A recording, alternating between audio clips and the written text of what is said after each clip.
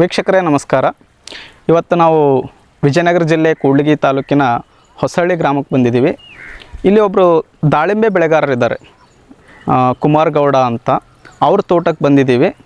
ಅವರು ಒಂದೀಗ 5-6 ವರ್ಷದಿಂದ ದಾಳಿಂಬೆ ಬೆಳೀತಾ ಬಂದಿದ್ದಾರೆ. ವಿಶೇಷತೆ ಏನಂತಂದರೆ, ಈ ಮುಂಚೆ ಅವರು ಈ ಗೂಟಿ ಮಾಡಿದ ದಾಳಿಂಬೆನ ಬೆಳೀತಿದ್ರು.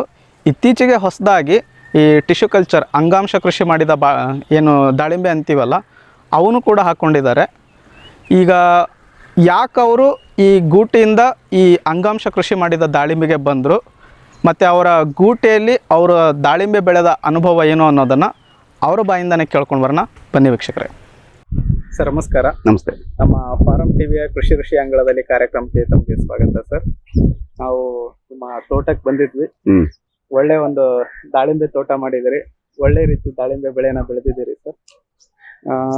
ನೀವು ಮೂಲತಃ ಕೃಷಿಕರ, ಅಂದ್ರೆ ನಿಮ್ಮ ಕೃಷಿ ಹಿನ್ನೆಲೆ ಏನು? ನಮ್ದು ಹುಟ್ಟಿದಾಗಲಿದ್ದಾನು ಕೃಷಿಕರೇ, ವ್ಯವಸಾಯ ಮಾಡ್ಕೊಂತಲ್ಲ ಬಂದಿರೋದು. ವ್ಯವಸಾಯ ಮಾಡ್ಕೊಂತ ನಾವು ಮೊದಲೆಲ್ಲ ಈಗ ಸಜ್ಜೆ, ಶೇಂಗಾ, ಭತ್ತ ಇವೆಲ್ಲ ಬೆಳಿತಿದ್ವಿ. ಈ ಸುಮಾರು ಒಂದು 6-7 ವರ್ಷದಿಂದ ದಾಳಿಂಬೆ ತೋಟಗಾರಿಕೆ ಯಾಕೆ ಬಂದ್ವಿ ಅಂದ್ರೆ ಲೇಬರ್ ಪ್ರಾಬ್ಲಮ್ ಇಂದ ತೋಟಗಾರಿಕೆ ಇಟ್ಕೊಂಡ್ವಿ. ಅಂದ್ರೆ ನಿಮ್ಮ ಸಾಂಪ್ರದಾಯಿಕ ಬೆಳೆಗಳಿಂದ ತೋಟಗಾರಿಕೆ ಬೆಳೆ ಬರೋ ಕಾರಣ ಅದೇ ಲೇಬರ್ ಪ್ರಾಬ್ಲಮ್ ಸಮಸ್ಯೆ, ಲೇಬರ್ ಸಮಸ್ಯೆಯಿಂದ ತೋಟಗಾರಿಕೆ ಹಿಡಿದ್ವಿ. ತೋಟಗಾರಿಕೆ ಹಿಡಿದ್ಮೇಲೆ ದಾಳಿಂಬೆ ಪಪ್ಪಾಯ ಹಾಕಿದ್ವಿ. ಹೌದಾ? ಫಸ್ಟ್ ನಿಮ್ದು ಟೋಟಲ್ ಎಷ್ಟು ಎಕರೆ ಇದೆ ಸರ್ ತೋಟ? ನಮ್ಮದು ಬಾಳ ಇದೆ, ಈಗ ಜಮೀನ್ ಬಾಳ ಇದೆ ನಮ್ದು. ನಾವು ಇದ್ರ ಮಾಡಿರೋದು ದಾಳಿಂಬೆ ಮಾಡಿರೋದು ಒಂದು ಪ್ಲಾಟ್ 6.5 ಎಕರೆ. ಈಗ ರೀಸೆಂಟ್ ಹಾಕಿದ್ವಿ, ಅದು 12 ಎಕರೆ ಐತೆ. ಅದು ರೀಸೆಂಟ್. ಅದು ಸಾಂಪ್ರದಾಯಿಕ ಬೆಳೆಗಳಿಂದ ತೋಟಗಾರಿಕೆ ಬೆಳೆಗಳಿಗೆ ಕನ್ವರ್ಟ್ ಆದ್ರೆ, ಯಾಕಂದ್ರೆ ಲೇಬರ್ ಸಮಸ್ಯೆ. ಹೌದೌದು. ಅದ್ರಲ್ಲೂ ನೀವು ಬಹಳಷ್ಟು ಹಣ್ಣುಗಳಿದೆ. ಚೆನ್ನಾಗ್ ಬಂದಿದೆ. ದಾಳಿಂಬೆಗೆ ಯಾಕೆ ಬಂದ್ರಿ ಅಂತ? ದಾಳಿಂಬೆಗೆ ಯಾಕೆ ಬಂದ್ವಿ ಅಂತಂದ್ರೆ ನಮ್ಮವು ಭೂಮಿ ಚೆನ್ನಾಗಿದಾವೆ, ಬೇರೆ ತೋಟಗಾರಿಕೆಗೆ ಅಷ್ಟು ಇದು ಬರಲ್ಲ. ನಿಮ್ಮ ಮಣ್ಣು ಮತ್ತು ಹವಾಗುಣ ದಾಳಿಂಬೆ ಚೆನ್ನಾಗ್ ಬಂದಿದೆ. ಯಾಕೆ ಬಂದ್ವಿ ಅಂದ್ರೆ ಇಲ್ಲೆಲ್ಲ ಕೆಲವರು ಬೆಳೀತಾ ಇದ್ದಾರೆ. ಹಿಂದೆ ಯಾರೋ ಒಬ್ರು ಬೆಳೆದ್ರು, ಅದನ್ನ ನೋಡ್ಕೊಂಡು ನಾವು ದಾಳಿಂಬೆನೆ ಹಾಕೋಣ ಅಂತಂದ್ರೆ ಭೂಮಿನೂ ಚೆನ್ನಾಗಿದಾವಲ್ಲ. ಈಗ ಮಸಾರಿ ಟೈಪ್ ಕಲ್ಲು, ನಾವು ನಮ್ಮ ಭಾಷೆ ಮಸಾರಿ ಅಂತೀವಿ, ನೀವೇನ್ ಅಂತೀರಿ ಗೊತ್ತಿಲ್ಲ. ಕಲ್ಜರ್ಗು ಮಸಾರಿ ಅಂತೀವಿ. ಹಂಗಾಗಿ ನಮ್ಗೆ ದಾಳಿಂಬೆಗೆ ಕನ್ವರ್ಟ್ ಆದ್ವಿ.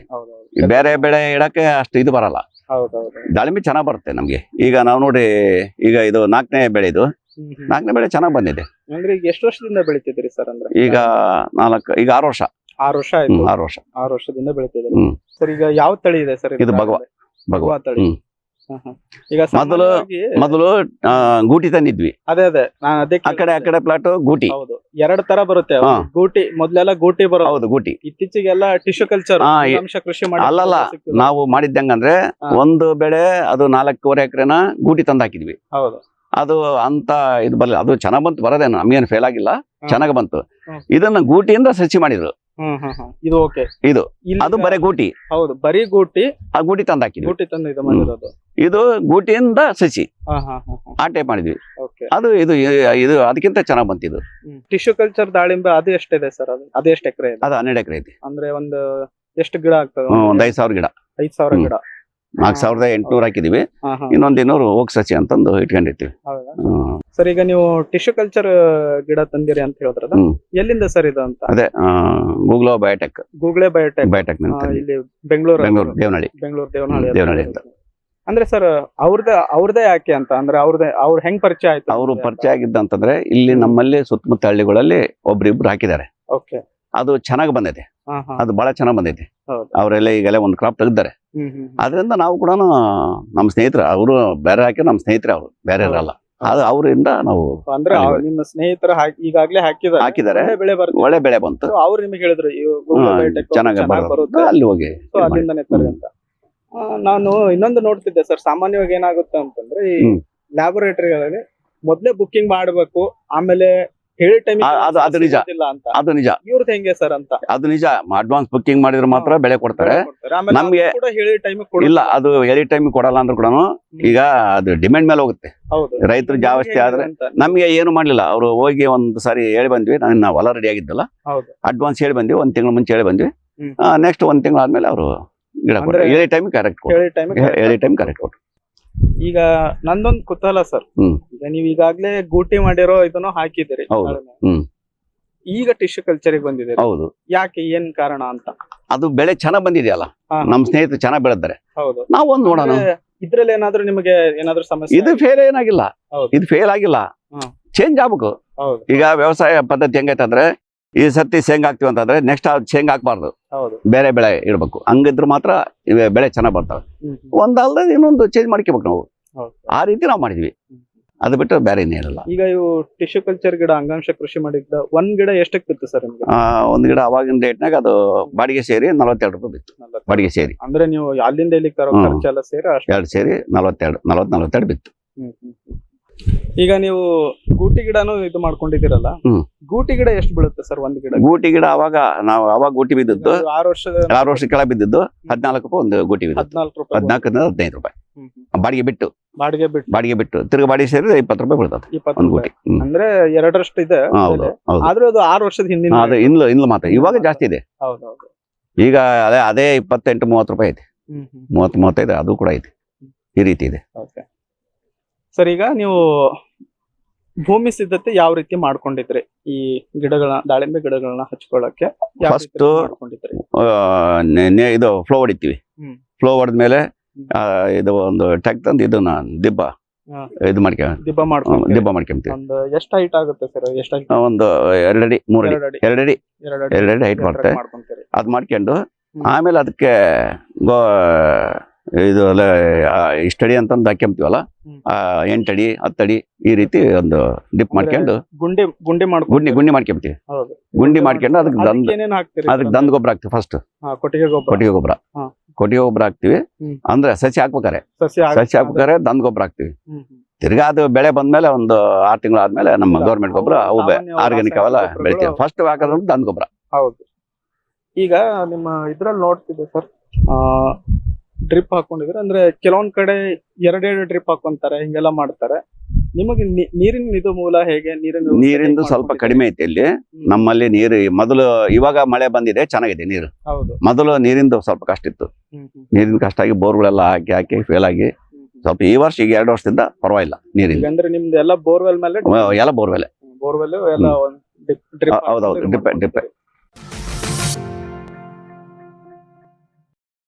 ವಿಶ್ವದಾದ್ಯಂತ ಪೇಟೆಂಟ್ ಪಡೆದ ನ್ಯಾನೋ ತಂತ್ರಜ್ಞಾನದಲ್ಲಿ ತಯಾರಾದ ನೂವಾಲ್ಗಿ ದ್ರಾವಣ.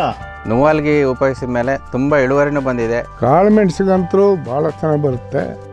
ರೇಷ್ಮೆ ಎಲೆನೂ ಚೆನ್ನಾಗಿ ಬರ್ತದೆ. ಗಿಡಗಳು ತುಂಬಾ ಚೆನ್ನಾಗಿ ಬೆಳವಣಿಗೆ ಆಯಿತು. ಯಾವುದೇ ರಾಸಾಯನಿಕ ಅಥವಾ ವಿಶೇಷ ಗೊಬ್ಬರಗಳ ಗೊಡವೆ ಇಲ್ಲದೆ ಎಲ್ಲಾ ಬೆಳೆಗಳಲ್ಲಿ ಉತ್ತಮ ಗುಣಮಟ್ಟದ ಅಧಿಕ ಫಸಲನ್ನು ಪಡೆಯಿರಿ. ಯಾವಾಗಲೂ ನನ್ನ ಇರೋವರೆಗೂ ನೀವು ಅಲ್ಲಿಗೆ ಅಂತೂ ಬಿಟ್ಟು ಬಾಳಲ್ಲ ಅಂತ ಒಂದು ಭರವಸೆ ಕೊಡ್ತೀನಿ. ರೈತ ಬಾಂಧವರ ಸೇವೆಗೆ ಫಾರಂ ಟಿವಿಯ ಮತ್ತೊಂದು ಹೆಜ್ಜೆ.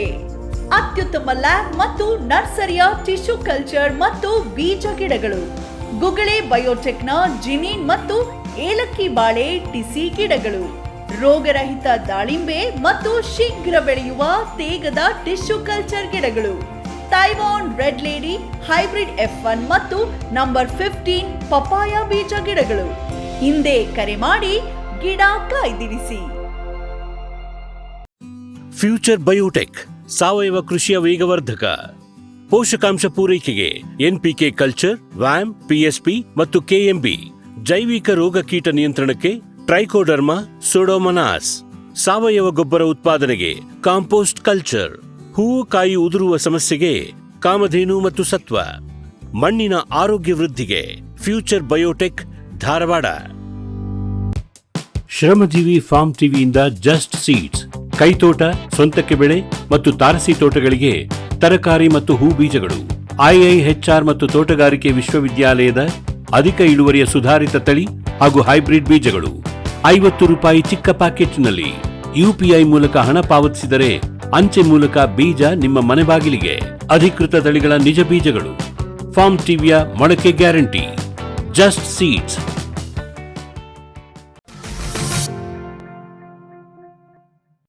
ಸಾಮಾನ್ಯವಾಗಿ ದಾಳಿಂಬೆಲಿ 2 ತರ ಇದು ಮಾಡ್ಕೊಂತಾರೆ ಸರ್. ಕಾಂಡ ಬಿಟ್ಕೊಳ್ಳೋದು ಒಂದ್ ಕಡೆ, ಹೌದೌದು, ಕಾಂಡ ಬಿಟ್ಕೊಂತಾರೆ ಸಿಂಗಲ್ ಹೌದು. ಸ್ಟೆಮ್ ಅಂತ. ಕರೆಕ್ಟ್. ಕೆಲವು ಕಡೆ ಎಲ್ಲ ಮಲ್ಟಿ ಸ್ಟೆಮ್ ಅದು ಕಾಂಡಗಳು. ಅದು ಬೇರೆ ಸಿಟಿ ಸಿಂಗಲ್ ಇದು ಸಿಂಗಲ್ ಇಲ್ಲ, ಮಲ್ಟಿ ಇಲ್ಲ. ಇಲ್ಲ. ಮಲ್ಟಿಪಲ್ ಸ್ಟೆಮ್ ಯಾಕೆ ಇಲ್ಲ ಅಂದ್ರೆ ಅದು ನಮ್ಗೆ ಅದು ಇಳುವರಿ ಬರಲ್ಲ. ನಮಗೆ ಸಿಂಗಲ್ ಮಾಡಿದ್ರೆ ಇಳುವರಿ ಬರಲ್ಲ. ಸಿಂಗಲ್ ಹಿಂಗೆ ಕೊಂಬೆ ಬಿಟ್ರು ಮಾತ್ರ ಇಳುವರಿ ಬರುತ್ತೆ. ಯಾಕಂದ್ರೆ ಸಿಂಗಲ್ ಮಾಡಿದ್ರೆ ಏನಾದ್ರು ಒಂದು ಕಾಂಡ ಕೊರಿತ ಅಂತಂದ್ರೆ ಫೇಲ್ ಆಗ್ಬಿಡುತ್ತೆ. ಕಾಂಡ ಕೊರಕ ಒಂದು ಸಮಸ್ಯೆ. ಫೇಲ್ ಆಗ್ಬಿಡುತ್ತೆ. ಹಿಂಗೆ ಇದ್ರೆ ಒಂದು ಹೋದ್ರೆ ಒಂದು ರೆಂಬೆ ಇರ್ತದೆ. ಆ ಒಂದು ಉದ್ದೇಶಕ್ಕೆ ಇವನ್ನ ಇದೇ ಟೈಪೇ ನಾವು ಬೆಳೆಯೋದು. ಅದು ಕೆಲವೊಂದ್ ಕಡೆ ಬೆಳಿತಾವೆ, ಯಾವ್ದೋ ನಿಮ್ದು ಇದು ಈ ಟೈಪ್ ಇಲ್ಲದ್ದು. ದಾಳಿಂಬೆ ಹಾಕೊಂಡ ಮೇಲೆ ಹ್ಮ್. ಈಗ ಹೆಂಗಂತಂದ್ರೆ ಫಸ್ಟ್ ತಂದು ಹಾಕೊಂಡಿದ್ದ ಗಿಡ ಚಿಕ್ಕದಿರುತ್ತೆ, ಹೌದು, ಅವಾಗ ನಡುವೆ ಏನಾದ್ರು ಅಂತರ ಬೆಳೆ ಏನಾದ್ರು ಅಂತ ಬೆಳೆ ಏನ್ ಹಾಕಲ್ಲ. ಅಂತರ ಅದನ್ನ ಹಾಕ್ಬೋದು, ಅದೇ ದಾಳಿಂಬೆ ಸರಿಗೆ ಹೋಗಲ್ಲ. ಹಾ, ಹಾ. ಈಗ ನೋಡಬತ್ತಿಲಿ ಬೇರೆ ಬೆಳೆ ಹಾಕ್ಬೋದು, ಅವು ಸರಿ ಹೋಗಲ್ಲ. ದಾಳಿಂಬೆ ಕಿಲ್ಲಾಗ್ಬಿಡುತ್ತೆ ಅವಾಗ. ಅಂದ್ರೆ ಅಂತ ಇದ್ರಾಗ ಪುಷ್ಟಗಳು ಬರಲ್ಲ. ಈಗ ಅಂತರ ಬೆಳೆ ಯಾವ್ದು ಇಲ್ಲ ಅಂತಂದಾಗ ಈಗ ಕಳೆ ನಿರ್ವಹಣೆ ಹೇಗ್ ಮಾಡ್ಕೊಂತೀರಿ? ಯಾಕಂದ್ರೆ ಕಳೆ ಕಸ ನಿರ್ವಹಣೆ ಬಾಳ ಬರುತ್ತೆ. ಕಸ ಬರುತ್ತಂದ್ರೆ ಇದನ್ನ ಯಾವ ಟ್ರ್ಯಾಕ್ಟರ್ ರೀತಿ ಕಳೆ ನಿರ್ವಹಣೆ? ಅದನ್ನ ಕಳೆ ತೆಗೆಯೋದು. ಈಗ ಗಿಡಗಳ ಪಕ್ಕದಲ್ಲಿ ಲೇಬರ್ ಸಿಟ್ ತೆಗಿತೀವಿ. ಹ್ಮ್, ಹ್ಮ್, ಈ ಬೈಲಲ್ಲಿ ಟ್ರ್ಯಾಕ್ಟರ್ ಹೊಡೆದ್ಬಿಡ್ತೀವಿ. ಹ್ಮ್, ಹ್ಮ್. ಟ್ರ್ಯಾಕ್ಟ್ರಿ ಇಲ್ಲ ನಮ್ಮ ಕುಂಟೆ, ಹ್ಮ್. ಎತ್ತಿನ ಕುಂಟೆ ಅವು ನೋಡಿತೀವಿ. ಈಗ ನಿಮ್ಮ ದಾಳಿಂಬೆ ಈಗ ಗೂಟಿ ಇದೆ ಸರ್, ಹ್ಮ್. ಗೂಟಿ ಮಾಡಿರೋದು ಅಂತರ ಎಷ್ಟಿದೆ? ಸಾಲಿಂದ ಸಾಲಿಗೆ, ಗಿಡದಿಂದ ಗಿಡಕ್ಕೆ. ಆಮೇಲೆ ನೀವೀಗ ಹೊಸದಾಗಿ ಈಗ ಟಿಶ್ಯೂ ಕಲ್ಚರ್ ದಾಳಿಂಬೆ ಅದನ್ನು ಹಾಕಿವಲ್ಲ, ಇದರಲ್ಲಿ ಅದ್ರದ್ದು ಎಷ್ಟಿದೆ? ಇದರಲ್ಲಿ 8 ರಿಂದ 10 ಗಿಡಕ್ಕೆ 8. 8 ಅಡಿ. ಇದು ಹಂಗ ಸಾಲಿಂದ 10. ಸಾಲಿಗೆ 10 ಅಡಿ. ಅದ್ರಲ್ಲಿ ಟಿಶ್ಯೂ ಕಲ್ಚರ್ ಮಾಡಿರೋದು ಹ್ಮ್. 12, 10. ಯಾಕೆ ಸರ್ ಹಂಗೆ? ಅಂದ್ರೆ ಅದ್ರಲ್ಲಿ ಯಾಕೆ ಜಾಸ್ತಿ ಇಟ್ಕೊಂಡು? ಅದು ಜಾಸ್ತಿ, ಅದು ಇದು ನಮ್ಗೆ ಮೊದ್ಲು ಸ್ವಲ್ಪ ಇದಿರ್ಲಿ ಅಂತಂದು ಮಾಡಿದ್ವಿ. ಹ್ಮ್. ಈಗ ಇದ್ ಬೆಳೆ ನೋಡಿದ್ವಲ್ಲ, ಹೌದೌದು. ಗಿಡ ಸ್ವಲ್ಪ ದೂರ ಇದ್ರೆ ಚೆನ್ನಾಗಿ ಅಂತಂದು ಅಂದ್ರೆ ಗಿಡ ಚೆನ್ನಾಗಿ ಹರಡ್ಕೊಳ್ಳುತ್ತೆ. ಅಡಿಕೆ ಅಂತ ಅವಾಗ ಓಡಾಡಕ್ಕೆ ಅವಾಗ ಅದನ್ನೇ ಮಾಡಿದ್ವಿ. 12, 10 ಮಾಡಿದ್ವಿ. ಗಿಡದಿಂದ ಗಿಡಕ್ಕೆ 10, ಹೌದು. ಆ, ಸಾಲಿಂದ ಸಾಲಿನ 12. ಸಾಲಿಗೆ 12. ನಾಟಿ ಆದ್ಮೇಲೆ ಇದು ಮಾಡ್ತಾ ಹೋದಂಗೆ ಹ್ಮ್. ಗೊಬ್ಬರ ಯಾವ್ಯಾವ ಹಂತದಲ್ಲಿ, ಆ ಗಿಡದ ಬೆಳವಣಿಗೆ ಹಂತದಲ್ಲಿ ಯಾವ ರೀತಿ ಕೊಡ್ತಾ ಹೋಗ್ತೀರಿ? ಈಗ ಇದು ಗಿಡ ಇಟ್ಟು 3 ತಿಂಗಳಿಗೆ ದನ ಗೊಬ್ಬರ ಹಾಕ್ತಿವಿ ಒಂದ್ಸರಿ. ದನ ಗೊಬ್ಬರ ಎಷ್ಟು ಸರ್? ಅಂದ್ರೆ ಏನ್ ಗಿಡದ ಲೆಕ್ಕ ಹಾಕ್ತೀರಿ? ಗಿಡದ ಲೆಕ್ಕ. ಈಗ ಇಲ್ಲ ಎಕರೆ ಲೆಕ್ಕ ಅಲ್ಲ, ಗಿಡಕ್ ಲೆಕ್ಕ. ಗಿಡಕ್ ಲೆಕ್ಕ ಅಂತಂದ್ರೆ ಒಂದು ಪುಟ್ಟಿ ನಾವು ಈಗ ಒಂದು ಪುಟ್ಟಿನ ಈ ಕಡೆ ಓಕೆ. ಈಗ ಡಿಪ್ ಮಾಡಿವಲ್ಲ, ಆ ಕಡೆ ಒಂದು ಅರ್ಧ, ಈ ಕಡೆ ಒಂದು ಅರ್ಧ. ಒಂದ್ ಪುಟ್ಟಿನ ಒಂದ್ ಪುಟ್ಟಿ ಏನಿಲ್ಲ ಅಂದ್ರೂ ಒಂದು 20 kg ಬರ್ತದ ದನ ಗೊಬ್ಬರ. 20 kg ಬರ್ತಲ್ಲ, 20 kg ಬರುತ್ತೆ ಒಂದ್ ಪುಟ್ಟಿ. ಹೌದು. ಆ ಕಡೆ ಅರ್ಧ, ಈ ಕಡೆ ಅರ್ಧ ಹ್ಮ್, ಹ್ಮ್. ದನ ಗೊಬ್ಬರ. ಆಮೇಲೆ ಕ್ರಾಪಿಗೆ ಬಿಡ್ಬೇಕಾದ್ರೆ ಸ್ವಲ್ಪ ಅಲೆ ಕ್ರಾಪಿನ ನಾನು ಬಿಡ್ಬೇಕಾದ್ರೆ ಆ ಟೈಮ್ನಾಗ ಒಂದ್ ಸೆಂಟ್ರ ದನ ಗೊಬ್ಬರ ಹಾಕಿ 3 ತಿಂಗಳಾದ್ಮೇಲೆ ಇನ್ನೊಂದ್ಸರಿ ದನ ಗೊಬ್ಬರ ಜೊತೆಗೆ ಗೌರ್ಮೆಂಟ್ ಗೊಬ್ಬರ, ಗೌರ್ಮೆಂಟ್ ಯಾವ್ದು ಸರ್? ಗೌರ್ಮೆಂಟ್ DAP 10-26, ಮೆಗ್ನೀಷಿಯಮ್ ಇವೆಲ್ಲ. ಅದು ಎಷ್ಟೆಷ್ಟು ಹಾಕೊಂತೀರಿ ಅಂದ್ರೆ ಗಿಡ? ಅದು ಗಿಡಕ್ಕೆ 200, 400 ಗ್ರಾಮ್. 200, ಆ ಕಡೆ 200, ಈ ಕಡೆ 200, 400 ಗ್ರಾಮ್. 400 ಗ್ರಾಮ್ ಆಗ್ತದೆ. ಆಮೇಲೆ ತಿರ್ಗಾ ಬೆಳೆ ಬಿಡ್ಬೇಕಾದ್ರೆ ಮಾಮೂಲು ಅವೆಲ್ಲ ಸಾಲಿಬಲ್ ಅವೆಲ್ಲ ಬಿಡೋದು ಮಾಮೂಲು. ಮೆಗ್ನೀಷಿಯಮ್ 0050 ಹೌದು. ಅವೆಲ್ಲ ಕಾಮನ್. ಇದು ಮಾಡ್ತಾರೆ. 52, 34 ಅದು ಕ್ರಾಪಿಗೆ ಬಿಡೋದ್ ಬಗ್ಗೆ ಹಣ್ಣಿಗೆ ಬಂದ ಟೈಮ್ನಾಗೆ ಹಂತವಾಗಿ ಅದು ಯಾವ ಸ್ಟೇಜ್ನಾಗ ಯಾವ್ದು ಬಿಡ್ಬೇಕಂಬುದು ಐಡಿಯಾ ತಗೊಂಡು ಹೌದು. ಅದನ್ನ ಬಿಟ್ಕೊಂತೆ. ಈಗ ಕಲರ್ ಸೈಜ್ ಬರ್ಬೇಕು, ಹೌದು. ಮತ್ತೆ ಈಲ್ಡ್ ಬರ್ಬೇಕು, ದಪ್ಪ ಆಗ್ಬೇಕು. ಅವೆಲ್ಲ ಸಾಲಿಬಾರ್ಗಳು ಏನಂತ ಅವೆಲ್ಲ 0050, 52, 34, 12, 32, 16 ಇವೆಲ್ಲ 13-040. ಗಿಡ ನಾಟಿ ಮಾಡಿ ಆದ್ಮೇಲೆ ಎಷ್ಟು ತಿಂಗಳ ನಂತರ ಅಥವಾ ಎಷ್ಟು ಕಾಲ ನಂತರ ನೀವು ಈ ಚಾಟ್ನಿ ಮಾಡ್ಕೊಳಕ್ ಶುರು ಮಾಡ್ತೀರಿ? ಕ್ರಾಪಿ ಬರೋದು ಅಲ್ಲ, ಪ್ರೂನಿಂಗ್ ಮಾಡ್ಕೊಂತೀರಲ್ಲ ಗಿಡ ಸುಮಾರು ಅಂದ್ರೆ ಒಂದು 8-9 ತಿಂಗಳು ಕಳಿಬೇಕು. 8-9 ತಿಂಗಳಾದ್ಮೇಲೆ ಅದನ್ನ ಇದು ಮಾಡ್ಕೊಂಬಕ್ಕೆ ಪ್ರೂನಿಂಗ್ ಮಾಡ್ಕೊಂತೀರಿ. ಆ ಪ್ರೂನಿಂಗ್ ಮಾಡ್ಕೊಳ್ಳೋಕ್ಕಿಂತ ಮುಂಚೆ ಏನಾದ್ರು ಮುಂಜಾಗ್ರತಾ ಕ್ರಮಗಳು ಅಥವಾ ಅದನ್ನ ಯಾವ ರೀತಿ ಮಾಡ್ತೀರಿ ಅಂತ? ಇಲ್ಲ, ಅದೇನು ಮಾಮೂಲಾಗೆ ಮಾಡ್ತೀವಿ ನಾವು. ಅದೇ ಅಂದ್ರೆ ಗಿಡಕ್ಕೆ ಅಂದ್ರೆ ಅದು ಈಗ ಇಷ್ಟ ನೆಲದಿಂದ ಇಷ್ಟ ಅಡಿ ಮೇಲೆ ಅದು ಅದಕ್ಕೊಂದು ಆಕಾರ ಕೊಟ್ಕೊಂಡು ಹೌದು, ಇದು ಮಾಡ್ಕೊಂಡು ಅದನ್ನೆಲ್ಲ ಗಿಡ ಕಟಿಂಗ್ ಮಾಡ್ತೀವಿ. ಅದು ಅಂದ್ರೆ ಅದು ಇನ್ನು ಕ್ರಾಪಿ ಬಿಡಕ್ಕೆ ಇನ್ನೊಂದು 3 ತಿಂಗಳು ಐತಂಬ ಅದ್ರಾಗೆ. ಅವಾಗ ಗಿಡ ಕಟ್ ಮಾಡಿಸ್ತೀವಿ. ಈ ಅಳ್ಕೊಂಡು ಇರ್ತದಲ್ಲ ಅದನ್ನೆಲ್ಲ ಕಟ್ ಮಾಡಿ ಒಂದು ರೂಫ್ ಲೆವೆಲ್ ಬರಂಗ್ ಮಾಡ್ಕೊಂತೀವಿ. ಈಗ ಗಿಡ ಇದೆಲ್ಲ ಬೆಳೆದಿರ್ತದೆ, ಅದ್ ಕಟ್ ಮಾಡ್ಕೊಂತೀವಿ. ನಾವೇನ್ ಮಾಡ್ತೀವಿ ಅಂತಂದ್ರೆ ಈಗ ಆಗಸ್ಟ್, ಸೆಪ್ಟೆಂಬರ್, ಅಕ್ಟೋಬರ್ನಾಗೆ ಕ್ರಾಪಿ ಬಿಡಕ್ ಮಾಡಿದ್ರೆ ನೆಕ್ಸ್ಟ್ ಸಮ್ಮರ್ಗೆ ಮಾರ್ಚ್, ಏಪ್ರಿಲ್ ಅದ್ರೊಳಗೆ ಕಂಪ್ಲೀಟ್ ಕ್ಲಿಯರ್ ಆಗ್ಬೇಕು. ನಾವ್ ಹಂಗ್ ಇಟ್ಕೊಂತೀವಿ. ಈಗ ಇದ್ರಲ್ಲಿ ಬಿಟ್ಟು ಯಾಕೆ ಬಿಡ್ತೀವಿ ಅಂತಂದ್ರೆ ಅವಾಗ ಮಳೆ ಕಮ್ಮಿ. ಅವ್ ಮಳೆ ಇವಾಗ ಮಳೆಗಾಲದ ಇವಾಗ ಕಟ್ ಮಾಡಿ ಕ್ರಾಪಿ ಬಿಟ್ಟಿವ ಫುಲ್ ಮಳೆ ಆಗತ್ತೆ. ಅವಾಗ ಕ್ರಾಪ್ ಬರಲ್ಲ, ಫೇಲ್ ಆಗ್ಬಿಡುತ್ತೆ ಅವಾಗ. ಈಗ ನಾವು ಸೆಪ್ಟೆಂಬರ್, ಅಕ್ಟೋಬರ್ನೇ ಬಿಟ್ರೆ ಕರೆಕ್ಟ್ ಮಳೆಗಾಲ ಕಮ್ಮಿ ಆಗತ್ತೆ. ಅವಾಗ ಮಳೆಗಾಲ ಕಮ್ಮಿ ಆಗುತ್ತೆ. ಬಿಸಿಲು, ಇದಕ್ಕೆ ಬಿಸಿಲು ಜಾಸ್ತಿ ಬೇಕು. ಇದಕ್ಕೆ ಈ ಬಿಸಿಲು ಎಷ್ಟು ಚೆನ್ನಾಗಿ ಬರುತ್ತಾ ಅಂದ್ರೆ ಓವರ್ ಬಿಸಿಲಲ್ಲ, ಬಿಸಿಲು ಜಾಸ್ತಿ ಬೇಕು. ಅವಾಗ ಚೆನ್ನಾಗಿ ಅಂದ್ರೆ ಈಗ ನೀರ್ ನಿಲ್ಲಿಸ್ತಾರಲ್ಲ ಸರ್, ನೀರ್ ಯಾವ ತಿಂಗಳಲ್ಲಿ ನಿಲ್ಲಿಸ್ತಾರೆ? ನೀರು ಇಲ್ಲ, ನೀರು ಇದು ಕ್ರಾಪಿ ಬಿಡ್ಬೇಕಾರೆ ಒಂದು ಯಾವ ಬಿಡ್ತೀವಿ ಅಂತಂದ್ರೆ 1-2 ತಿಂಗಳು ಮುಂಚೆ, 2-3 ತಿಂಗಳು ಮುಂಚೆ ಕಂಪ್ಲೀಟ್ ಬಂದ್ ಮಾಡ್ತೀವಿ. ನೀರ್ ಬಿಡಲ್ಲ. ಅವಾಗ 3 ತಿಂಗಳು ನೀರ್ ಬಿಡಲ್ಲ. ನೀರ್ ಬಿಡ್ಬೇಕ ಅವಾಗ ಇದ್ರಲ್ಲಿ ಹೊಡೆದ್ಮೇಲೆ ಅವ ನೀರ್ ಬಿಡಕ್ ಶುರು ಮಾಡ್ತೀವಿ. ಕ್ರಾಪಿ ಬಿಡ್ಬೇಕಲ್ಲ ಅವಾಗ. ಹೌದು ಅವಾಗ ಬಿಡ್ತೀವಿ. ಈಗ ನೀವು ಇದು ಮಾಡ್ಕೊಂಡು ಇದ್ರಲ್ಲಿ ಸ್ಪ್ರೇ ಮಾಡ್ಕೊಂತೀರಲ್ಲ ಸಿಂಪಡಣೆ, ಅದಾದ ಎಷ್ಟು ದಿನಕ್ಕೆ ನಿಮಗೆ ಹೂ ಬರೋಕ್ ಶುರು ಆಗುತ್ತೆ ಸರ್? ಇದ್ರಲ್ಲಿ ಹೊಡೆದು ಚಿಗುರು ಬರೋದು ಅದೆಲ್ಲ ಮಾಡ್ಬೇಕಲ್ಲ, ಹೌದು. 2 ತಿಂಗಳು ಬೇಕು. ಒಂದ್ ತಿಂಗಳು, ಒಂದೂವರೆ ತಿಂಗಳು ಅವಾಗ ಕ್ರಾಪಿ ಬರಕ್ಕೆ ಬರ್ತದೆ. ಅವಾಗ ಹೂವು ಬರಕ್ಕೆ ಶುರು ಆಗುತ್ತೆ. 1 ತಿಂಗಳು ಗಂಡು ಮತ್ತೆ ಹೆಣ್ಣು ಎರಡು ಜೊತೆ ಬರ್ತವೆ. ಅದು ಗಂಡು ಉದುರಿ ಬಿಡುತ್ತೆ, ಹೆಣ್ಣು ಬಂದೇ ಬರ್ತದೆ. ಅವಾಗ ಈಗ ಹೂ ಬರೋಕೆ ಶುರು ಆಗುತ್ತಲ್ಲ ಸರ್, ಅದಾದ್ಮೇಲೆ ಜಾಸ್ತಿ ಹೂ ಚೆನ್ನಾಗ್ ಬರ್ಲಿ ಅಥವಾ ಹೆಣ್ಣು ಜಾಸ್ತಿ ಬರ್ಲಿ ಅದನ್ನು ಸ್ಪ್ರೇ ಏನಾದ್ರು ಅದು ಸ್ಪ್ರೇ ಮಾಡ್ತಾರೆ. ನಮ್ಗೆ ಸ್ಪ್ರೇ ಮಾಡೋದ್ ನಾವು ಇದುವರೆಗೆ ತಂಗ್ ಮಾಡಿಲ್ಲ. ಈಗ ಹೂ ಚೆನ್ನಾಗ್ ಬಂದತ್ತೆ ನಮ್ಗೆ. ಹೌದು, ಚೆನ್ನಾಗ್ ಬಂದ್ರಿಂದ ಅದ್ರ ಕಡೆ ನಾವು ಗಮನಕ್ಕೆ ಹೋಗಿಲ್ಲ. ಈಗ ಒಬ್ಬೊಬ್ರು ಮಾಡ್ತಾರ, ಅದು ನೀವ್ ಹೇಳಿದ ಟೈಪ್ ಮಾಡ್ತಾರೆ ಒಬ್ಬೊಬ್ರು. ನಾವು ಆ ಟೈಪ್ ಮಾಡಕ್ ಹೋಗಿಲ್ಲ. ಯಾಕೆ ಚೆನ್ನಾಗ್ ಬಂದತ್ತೆ, ಚೆನ್ನಾಗ್ ಬಂದಿದೆ ನಮ್ಗೆ. ಹಂಗಾಗಿ ನಮಗೆ ಇದಾಗುತ್ತೆ.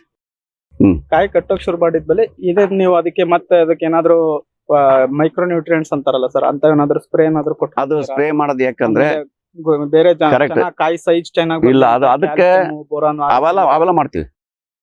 ಕಾಯಿ ಸೈಜ್ ಬರಕ್ ಇವೆ ಸಾಲಿಬಾಲ್ಗಳೆಲ್ಲ ಬಿಡ್ತೀವಿ. ನೀವ್ ಹೇಳ್ದಂಗೆ ಬೋರಾನು ಅಂದ್ರೆ ವಾಟರ್ ವಾಟರ್ ಸಾಲಿಬಾಲ್ ನೀರಿನಲ್ಲಿ ಕರಗೋ ಗೊಬ್ಬರ ಅವೆಲ್ಲ ಬಿಡ್ತೀವಿ. ಸೈಜ್ ಬರಕ್ಕೆ, ಸೈಜ್ ತಿರುಗಿ ಕಲರ್ ಬರಕ್ಕೂ ಬೇರೆ ಬಿಡ್ತೀವಿ. ಅದು ಕಲರ್ ಬರೋಕೆ ಏನಂದ್ರೆ ಅದೇ ಸಾಲಿಬಾಲ್ ಯಾವೆ, ವಾಟರ್ ಸಾಲಿಬಾಲ್ ಯಾವೆಲ್ಲ ಅದೆಲ್ಲ ಬಿಡ್ತೀವಿ.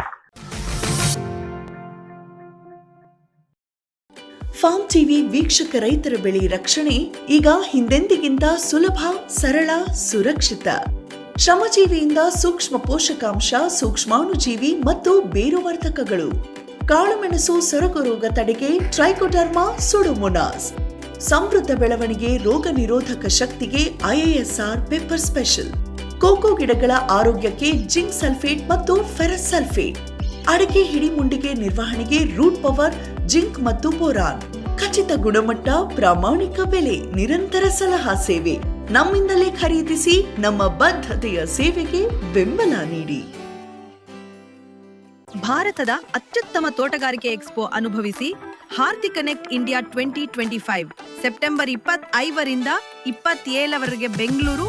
ಸಾವಿರಾರು ಬೆಳೆಗಾರರು, ಅಗ್ರಿಟೆಕ್ ಉದ್ಯಮಿಗಳು ಮತ್ತು ಉದ್ಯಮದ ತಜ್ಞರೊಂದಿಗೆ ಸೇರಿ ಪ್ರದರ್ಶನ, ಶಕ್ತಿಯುತ ನೆಟ್ವರ್ಕಿಂಗ್ ಮತ್ತು ಆಳವಾದ ಸಮ್ಮೇಳನಗಳ ಮೂಲಕ ಅವಕಾಶಗಳನ್ನ ಅನ್ಲಾಕ್ ಮಾಡಿ. ಇಂದೇ ಉಚಿತವಾಗಿ ನೋಂದಣಿ ಮಾಡಿ ಹಾರ್ತಿ ಕನೆಕ್ಟ್ ಇಂಡಿಯಾ ಎಕ್ಸ್ಪೋದಲ್ಲಿ ನಮ್ಮ ಜೊತೆ ಸೇರಿ. ಸೆಪ್ಟೆಂಬರ್ 25ರಿಂದ 27 2025. ಗ್ರೀನ್ ಪ್ಲಾಸ್ಟ್ ISI ಪ್ರಮಾಣೀಕೃತ ಪರಿಶುದ್ಧ HDPE ಜಿಯೋ ಮೆಂಬ್ರೇನ್ ಪಾಂಡ್ ಲೈನರ್ಗಳು. ಕೃಷಿ ಹೊಂಡ, ಕೆರೆ, ಕಾಲುವೆ, ಮೀನುಕೊಳ, ಸ್ಪಿರುಲಿನಾ ಹೊಂಡಗಳಿಗೆ ಬೇಕಾದ ಆಕಾರ ಮತ್ತು ವಿಸ್ತೀರ್ಣಗಳಲ್ಲಿ ಸರ್ಕಾರದ ಸಬ್ಸಿಡಿ ಯೋಜನೆಯಡಿ ಲಭ್ಯ. 100% ಪುನರ್ಬಳಕೆ, UV ಮತ್ತು ಒಡಕು ನಿರೋಧಕ, ಪಕ್ಕಾ ಜೋಡಣೆ, 5 ವರ್ಷಗಳ ಲಿಖಿತ ವಾರಂಟಿ. ಗ್ರೀನ್ ಪ್ಲಾಸ್ಟ್. ಸಮೃದ್ಧ ಸಾವಯವ ಗೊಬ್ಬರ, MSGP ಮತ್ತು KCDC ಉತ್ಪಾದನೆ, ಫಾರ್ಮ್ ಟಿವಿಯಿಂದ ಸರಬರಾಜು. ಅತಿ ಕಡಿಮೆ ಬೆಲೆಗೆ ಅತ್ಯುತ್ತಮ ಗೊಬ್ಬರ. ಇಲ್ಲ ಭಾರಲೋಹ, ಕೃಷಿ ವಿಶ್ವವಿದ್ಯಾಲಯದಿಂದ ಪರೀಕ್ಷಿತ.